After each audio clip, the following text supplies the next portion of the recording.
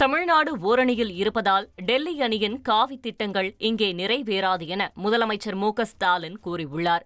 கடலூர் மாவட்டம் சிதம்பரத்தில் முன்னாள் MP இளைய பெருமாளின் நூற்றாண்டு அரங்கத்தை முதலமைச்சர் மு.க.ஸ்டாலின் திறந்து வைத்தார்.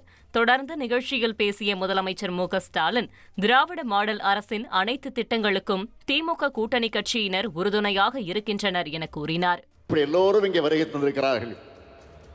ஐயா இளைய பெருமாள் அவர்களுக்காக மட்டுமல்ல, அதற்காக மட்டும் வந்திருப்பதாக நான் கருதவில்லை.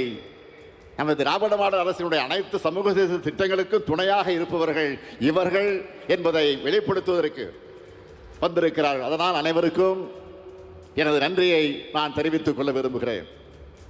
இந்த மேடையில் பெரியாரிய வழியில் வந்த திராவிட இயக்க தலைவர்கள், மார்க்சிய சிந்தனை கொண்டிருக்கக்கூடிய பொது உடைமை இயக்கத்துடைய தலைவர்கள், காந்திய வழியில் வந்திருக்கக்கூடிய தேசிய இயக்கத்துடைய தலைவர்கள், அம்பேத்கர் இயக்க தலைவர்கள்னு எல்லோரும் ஒற்றுமையாக இருக்கும். இதுதான் ஓரணிகள் தமிழ்நாடு.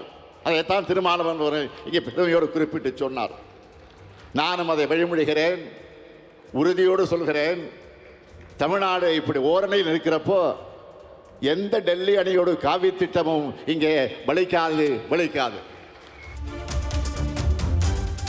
ட்ரெண்ட் ஆக்கிக்கோங்க. தந்தி டிவியின் சப்ஸ்கிரைபர்ஸ் அண்ட் ஃபாலோவர்ஸ் குடும்பத்தில் நீங்களும் இணையுங்க.